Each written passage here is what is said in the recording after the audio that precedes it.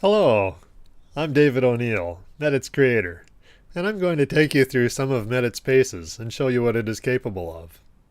Hopefully, those of you who like making music on your computers will enjoy playing around with MEdit and get lots of use out of it. To begin, let's start it up. When MEdit first boots up, a help file will appear for those who like learning things the old-fashioned way. But since we're not old-fashioned, and this video does the same job, let's change that behavior.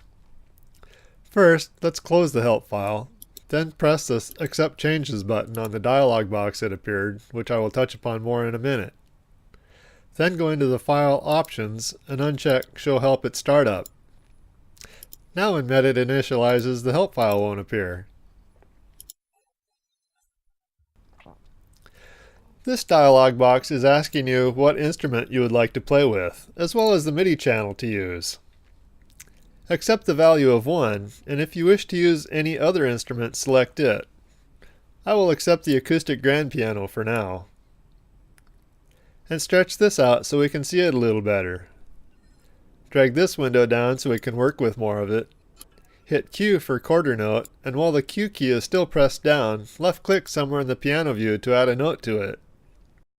Now hit play, or push the P key. Once the composition has played, press the stop button, or press P again, and that's all there is to it. Of course, you will also want to edit things. Moving and adjusting notes and other MIDI events is very easy. For example, you can drag notes around or place the mouse at the top of the note, left-click, and resize it to make it play harder or softer. Their durations can also be increased or decreased by dragging their right edge. If you want to work with more than one note at a time, press one of your computer's control keys and click on the additional objects. Another click with the control key pressed unselects a previously selected object.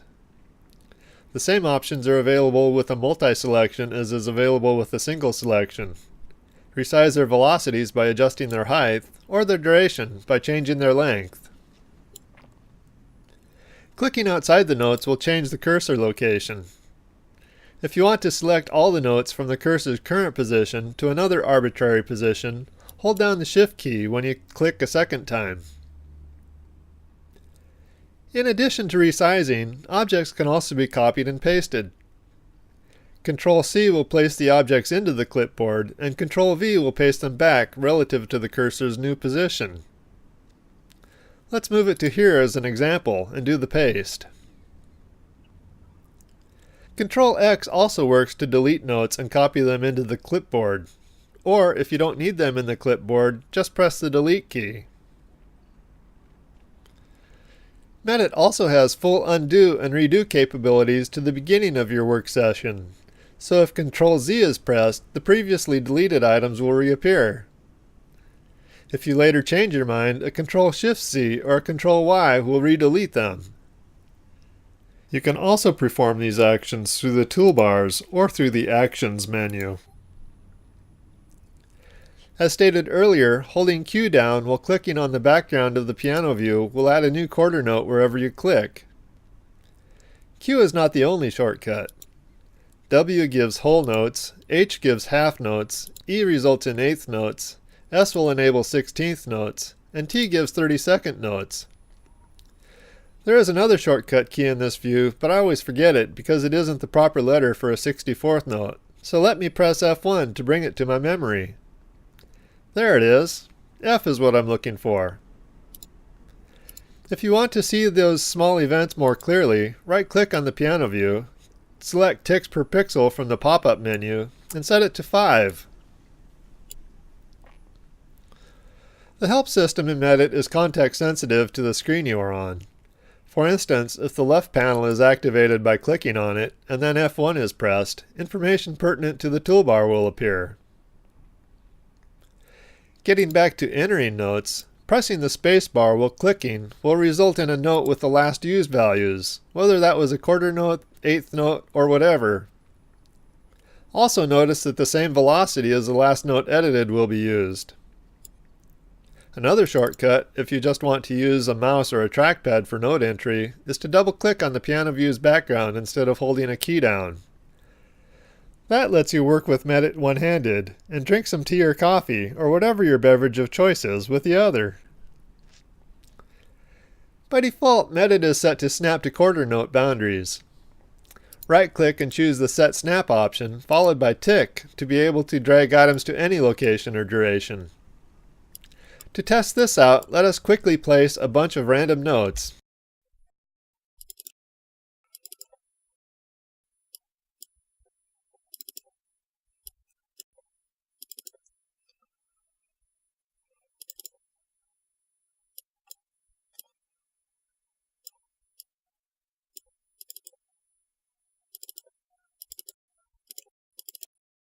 Kind of messy, isn't it?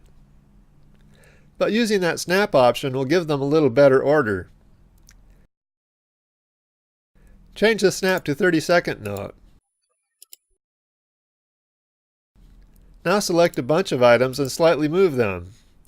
See how they jump to the nearest beat border?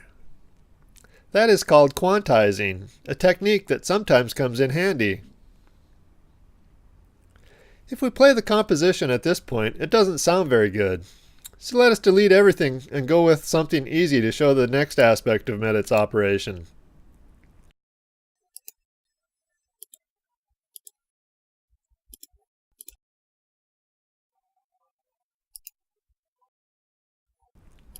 I will admit that my musical skills are not very great because I've never really practiced because of other commitments, so I will use a simple scale.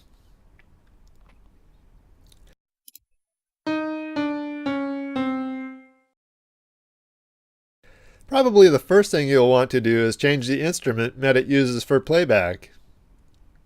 The easiest way to do so is to change it through the channel instrument selector that appeared earlier. To bring that back up, right-click over Channel 1 and select Change Instrument Setup. Let's go with percussive organ. Press P and voila!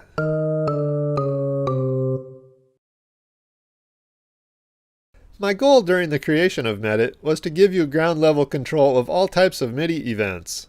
So before I move on to MEdit's multi-track capabilities, let me introduce one of those.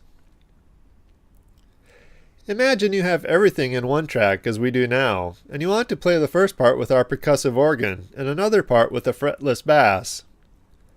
I will add some more notes to give us something to work with. To the left of the first scroll bar in the left-hand pane are the tracks in your composition, and between that scroll bar and the second one are the windows that are displaying on the right-hand pane. We want to work with the current track, so right-click on the track number 1, and in the pop-up that appears, select Program Change View.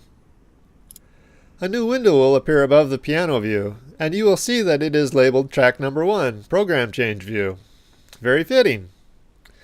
But if you want to change the track name, you can easily do so by just double-clicking on it in the left pane. Let's title it My Work and press Enter.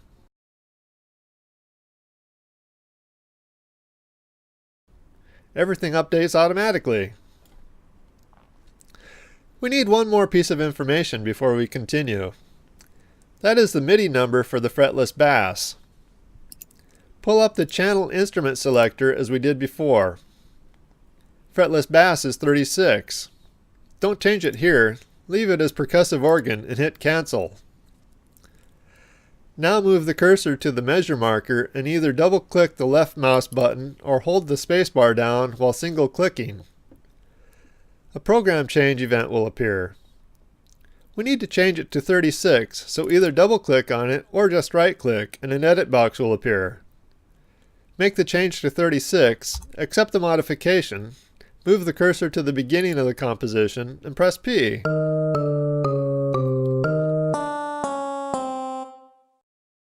Another way to change the value is by increasing or decreasing its height. To enable more precision during the move, increase the size of the Program Change View window by dragging the blue bar at its bottom, like so. Then adjust the Program Change event accordingly. Note that the first quarter note of the second bar was still the percussive organ. The technical reason for this is that the program change event occurred at the same time as the note being played, and the synthesizer didn't have time to respond. A simple solution is to set the snap to ticks and slightly move the event a little earlier. There, that should do it.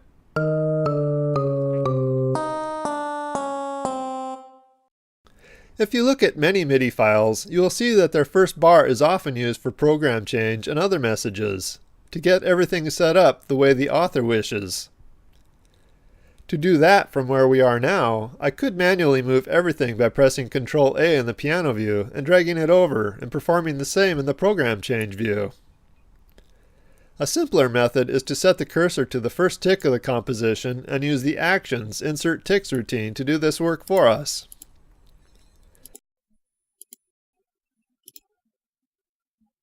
Looking at the main window, there are 3072 ticks per measure, so enter that value and press Accept. I won't go into all the different MIDI events MEdit can control.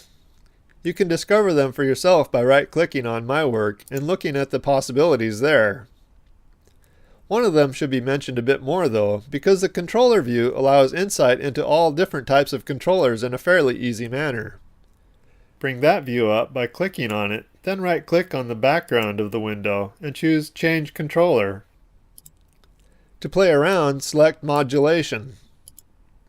Then adjust the composition like so.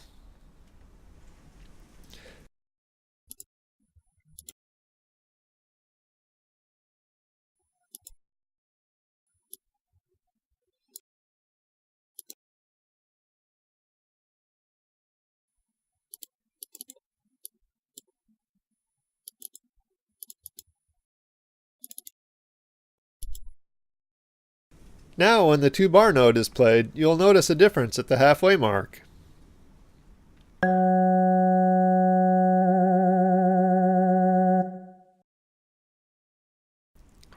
Different synthesizers implement different controllers, so don't be surprised if some controllers don't seem to have any effect on the music you make.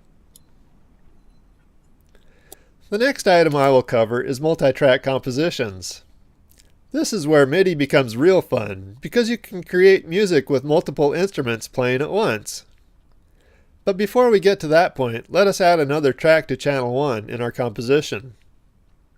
To do so, left-click on channel 1 and select Add Track. Then, for a classy experience, give it a cheesy name. Adding the track to the same channel as the My Work track is on links these tracks. In other words, they will play using the same instrument. So any program changes that are embedded in My Totally Cool track will also affect the My Work track. If the same note is played on each track at almost the same time and they partially overlap, the output will not be what you expect because the first note off event will stop the second note and it won't play beyond that point. Before I give you an example, there are 2 methods you may use to see the piano views back to back. That will allow you to more easily compare them. The first method is to find the piano view listed that you want to move. If you place the cursor at the edge of the grid with text in it, you can resize the corresponding column. In other words, place your mouse here, not here. So go back up, left-click, and drag right a bit. Then release the mouse and move the bottom track bar to the right. Left-click on the text labeled PV My Work and drag it below My Totally Cool track. PV stands for Piano View. Release the mouse button and the view will move. Using this technique and resizing the individual windows by dragging their bottom edges, arrange the views however you desire. The other method is to right-click on the track and select the desired view. Even if the view is already visible, it will be brought to the top of the window so you may quickly find it and perform the necessary edits in it. Those 2 methods work for all of the track views. Let's clean some stuff up and start a little fresher. One handy method to erase everything in a track is to select a view and press Ctrl T. As you can see, everything in it became highlighted, even the controller events. Press Delete. Oops, let me take a short sidetrack. The Control-T method is handy for copying everything in one track into another track. To see what I mean, undo the delete and press Control-T again. Now open up an event view for the second track and Control-V paste into it. The notes were obviously copied, and hovering the mouse over these little boxes shows that they are controller change messages. Double-clicking on them will open them up for editing if you wish. Or you may right-click on one of them and a pop-up will appear with the useful option to open up the window they are in for editing right below the current window. Doing so, you can see the modulation event, and it matches the one in the original track. I should mention that in order to copy all of the events from one track to another, the paste operation must be done in the second track's event view. Doing it in a piano view or other view will strip out all of the non-view items out of the paste operation. With that out of the way, erase everything by selecting all of the events in the event views with a Control-A and pressing delete.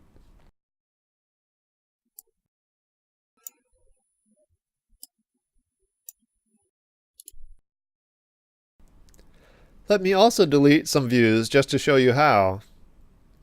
Right-click on the view's name and select Delete View. As you might be guessing, CV stands for Control View, and PCV stands for Program Change View. Care has been taken to make the acronyms fairly self-evident. So modify the views so only the two piano views are showing. To illustrate what I mean about notes on linked tracks not playing as expected in certain circumstances, place two notes with the same value like this. Make them both B flats.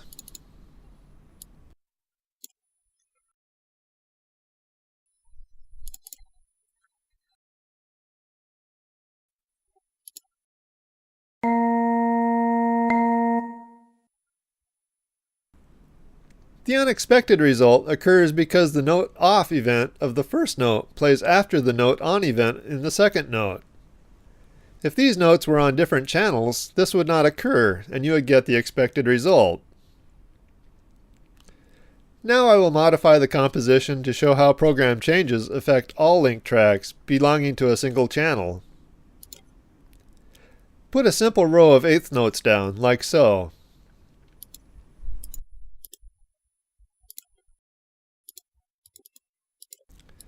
Now for another trick. To open up the program change view for each track, instead of using the left-hand pane, just press one of the Alt keys on your computer keyboard and right-click on the piano view that you want the program change view for. Once the pop-up menu appears, you may let up on the Alt key, then select the program change view option. At this point, place a program change event halfway through the first bar of notes and others like so. Once played, you will see that it doesn't matter which track the program change occurs on. Both tracks will be affected because they both belong to the same channel.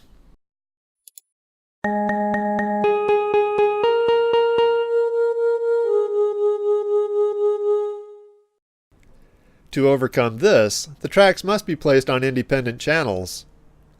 So let us delete my work. Then we will fill in my totally cool track with eighth notes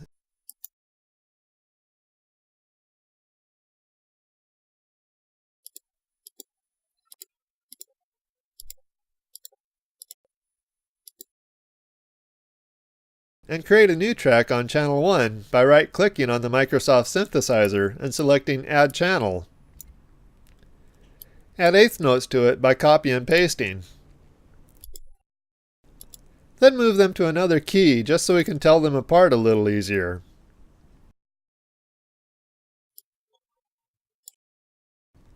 Add a couple program changes and then press play.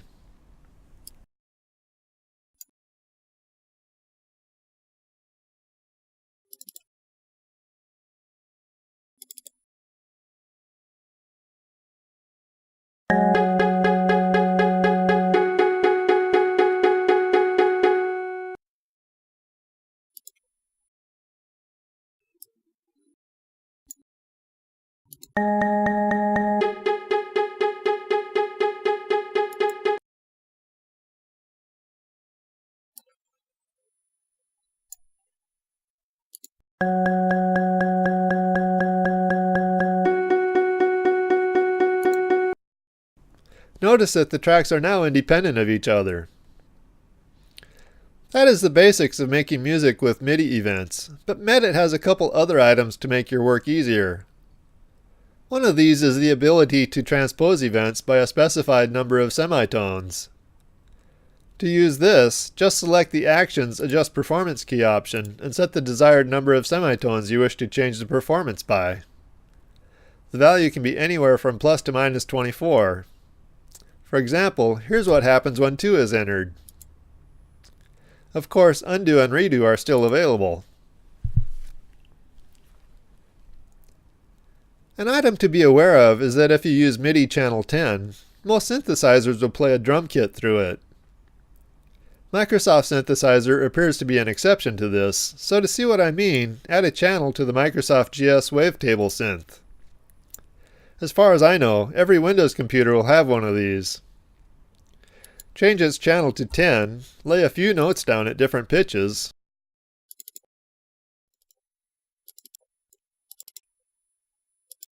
mute all the other tracks by right-clicking on the track 3, and selecting Mute Other Tracks from the pop-up. Then press play. As you hear, various drum noises sound. The Adjust Performance key routine defaults to not changing the notes on drum tracks, but you can change that if you wish by clicking on the Adjust Drum Channels box.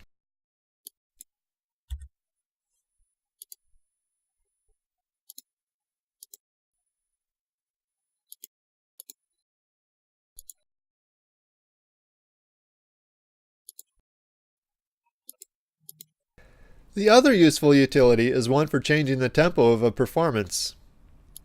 Pressing the Tempo View button will bring up a global tempo track. Many files contain tempo messages to speed up and slow down the song at various times. Let us place a couple in our file.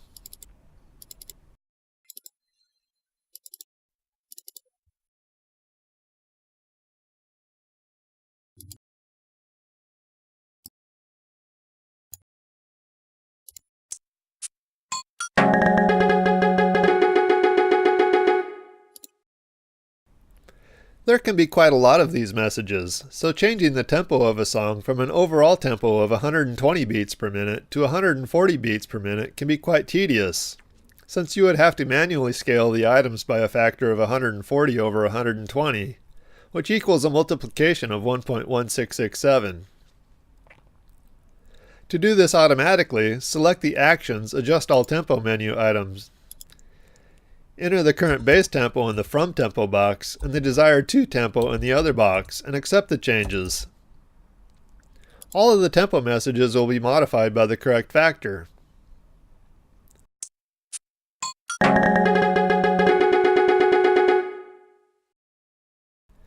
MEdit also allows you to view and modify time signature and key signatures in MIDI performances, but does not do anything with these items. In other words, they are strictly informational at this point.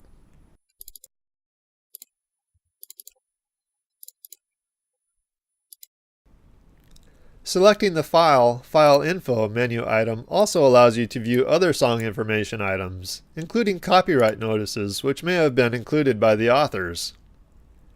Changing other people's copyright information is deeply discouraged. There is one other utility you may get some enjoyment out of. Even though the Microsoft synthesizer doesn't seem to use drum kits for MIDI channel 10, it can use drum kits and additional instruments that aren't included in the standard 128 instruments in its MIDI bank. Doing so requires a bit more work and needs to be recreated whenever the MIDI file is opened, but you may wish to do so to use those instruments. To see it in action, first create a new composition. The standard Ctrl-N keyboard shortcut is one way to do so. Then, in File Options, uncheck Auto Load PC DLS Instruments. Next, make certain there is a channel and track on the Microsoft synthesizer. Right-click on channel number 1 and select Add DLS Download. There are 235 instruments included in a regular direct music installation, and by using this form you can select them to play in your composition. From the drop-down box, select something interesting, such as the door creaking towards the bottom. You can also select a different patch number if you desire, but for now use the default of 1. Then press Add. Go to the piano view, add a note or so, and then insert a program change before the notes with a value of 1, as we did earlier.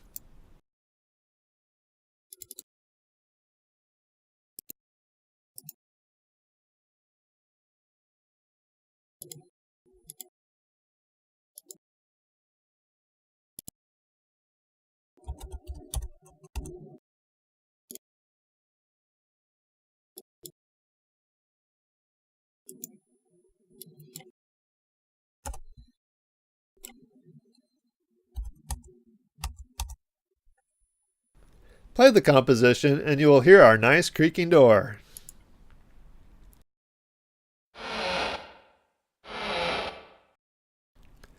To see a drum kit in use, create another channel on the Microsoft synthesizer and add a second DLS instrument as before.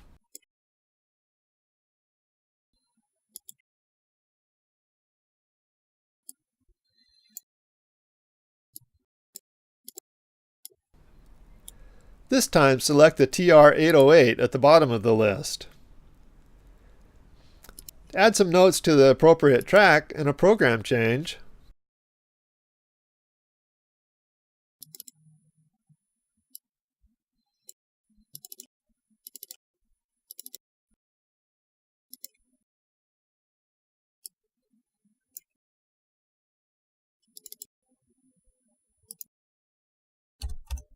Press play, and drums are yours for the enjoyment.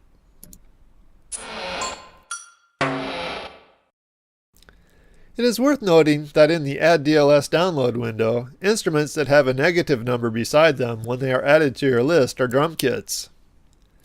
There are a couple more kits if you dig around, and some of them have different instruments than others, although many contain the same bass set. With that, we have touched upon a majority of MEdit's editing capabilities. As you have probably noticed, a large effort was made to make MEdit user-friendly. Right-clicks often bring up pop-up menus that are pertinent to the task at hand, and this brings me to another item you may wish to change.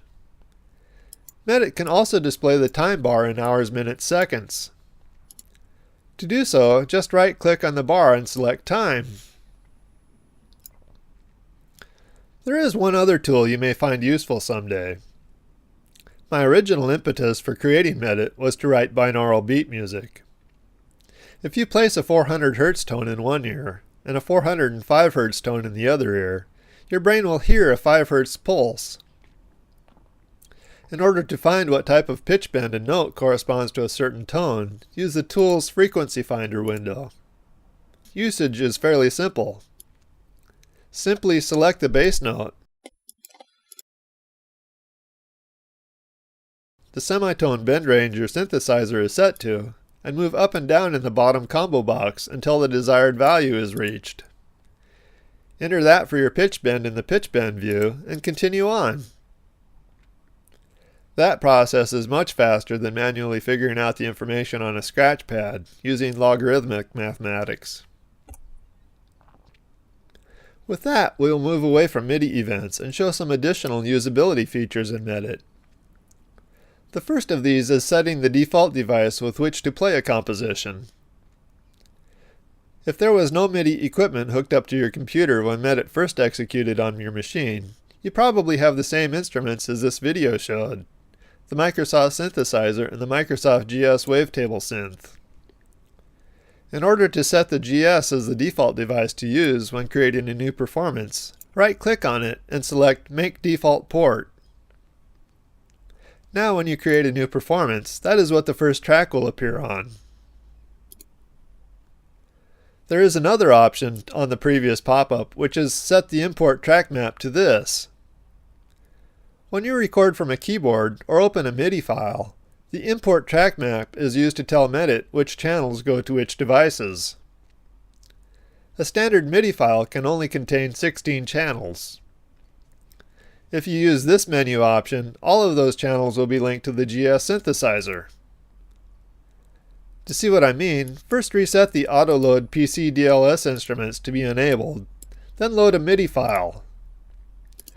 Since I haven't changed the import track map yet, it will load and play on the Microsoft synthesizer.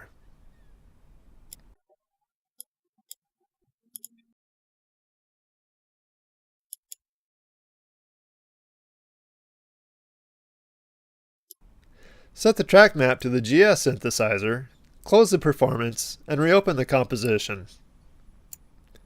Since both the GS and standard Microsoft synths sound the same except for the drum kit, you won't be able to tell the difference when the composition is played, but you can see that they came in on the desired device. MEdit allows you even greater flexibility in this mapping. As an example, the Creative Commons Petersburgers file contains 8 channels. If you want the first 4 to play on the GS synth and the other 4 to be in the other synth, go to the Tools Edit Configuration File menu item. At the bottom of it is a section called MIDI Map that was created when we set the Import Track Map option. The right-hand values are device numbers and the left-hand values are channel numbers. Change everything below 4 to map to the second device. Then save the file, go back to MEdit, close the composition, and reopen it.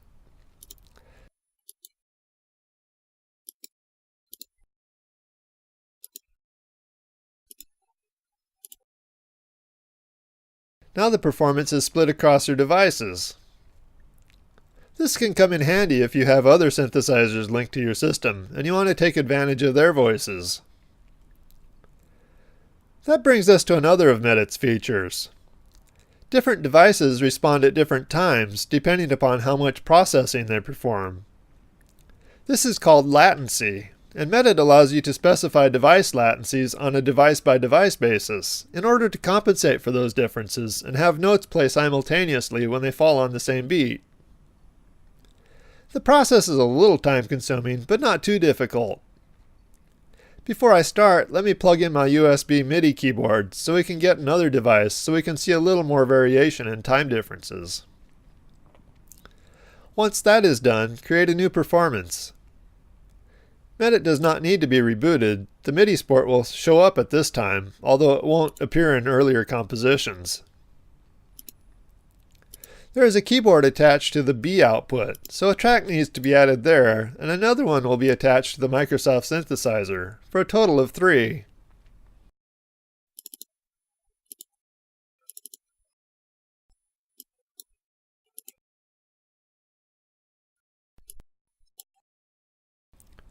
Arrange the piano views from top to bottom, so the third track's view is at the bottom.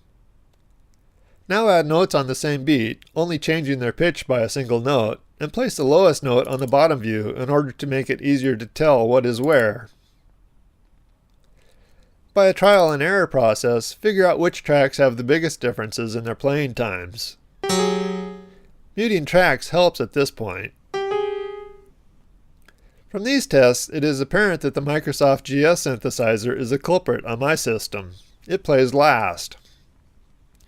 In order to sync these up, first click on the Tools Get Suggested Latencies menu item. Copy this text into the clipboard. We won't use the values given here, but we will use the text to save typing. Now click on the Tools Edit Configuration File menu item. Go to the bottom of the file. Since we haven't done anything to this file since installing MEdit, it won't contain a DevSec text section. So paste the text at the end of the file. Now change all the values on the right side to 0. Since the GS synth is the slowest, tell MEdit this by replacing the 0 with a number. Make it fairly big. Start off with 1 million.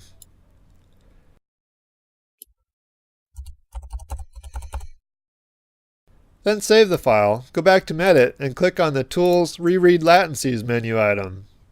Then press play. Muting the in-between tracks is helpful at this point, in order to concentrate on the fastest and slowest synthesizers. This is a very trial and error approach, but it is the easiest method I could figure out to let you compensate for your hardware's latencies. Once this is performed, you can use all of your system's devices and have all of the notes played in sync. After a little more work, these are the results for my system. When played with them, the notes play close enough to the same time to make me happy.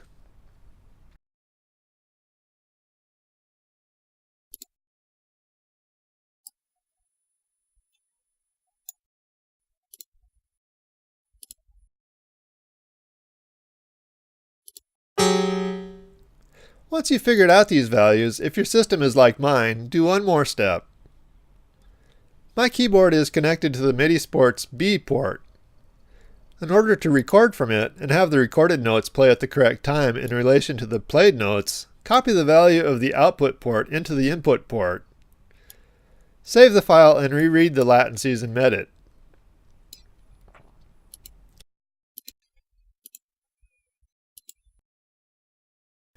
That brings us to recording. In order to record from a keyboard, MEdit must be told what tracks to record the MIDI events into for each channel. Right-click on the input device attached to your keyboard and select Show Track Map. The Recording Track Map window will appear, and it allows you to specify the appropriate track for each MIDI channel. The MIDI specification by itself only allows 16 channels in a composition. If you possess 16 different keyboards and each of them was assigned to a different channel, MEdit would be able to record all 16 devices independently and route them to whatever tracks you wish to in your composition. I don't guarantee this functionality because I don't have access to that many devices and cannot test it, but I believe the programming is correct for it to work. In order to specify the desired tracks, you can simply drag the channel number over the line of the track you wish to use. Release the mouse button, and the association is created. If you want all the tracks to be routed to one track, click in that track to give it the focus, as indicated by the slightly darker outline, and press your computer's keyboard's A key for all. You can still use the drag and drop methods afterwards, so now MIDI channel 1 will go to track 1, and all the events from the other MIDI channels will be routed to track 2. Press OK and you are done. Click on the microphone icon and start playing. To show that the multi-track capabilities work in the case of a single keyboard, I will switch it to play on channel 2 at this point. Now press the stop button. And eureka! The two channels came over on two different tracks. As you can see, recording in MEdit is simple and powerful. It is just one more example of MEdit's focus on giving you ground-level control of your system. With that, we've almost reached the end of our journey into MEdit's operation. One item I will mention before wrapping this up is that you may drag and drop several MIDI files from Windows Explorer into MEdit at one time. Perhaps you'll find that useful. The final item I will share is that the instrument names used in the Channel Selector window can be changed on a device-by-device basis. This allows you to create names that reflect the instruments on your system, rather than just using the name specified in the MIDI standard. To do so, first create a file inside MEdit's patch list subdirectory, describing the instruments on your device. You will have to accept a UAC prompt in Windows Vista and later, because Microsoft discourages writing files in that location. But they also haven't created a simple location that all users may access that is backwards compatible with XP, and I see no reason for each user to have their own copy of these system-wide files. The easiest way to create your custom file is to copy and paste one of those that is already in that directory. For instance, let us modify the general MIDI patch set file. We will copy and paste it to My Device Patch Set. The .patch set extension must remain unchanged, otherwise MEdit won't be able to see the file. Now edit the file as you wish. My preferred editor is Notepad++, and because the file is in the Program subdirectory, Notepad++ must be ran as administrator in order to have proper access to the file.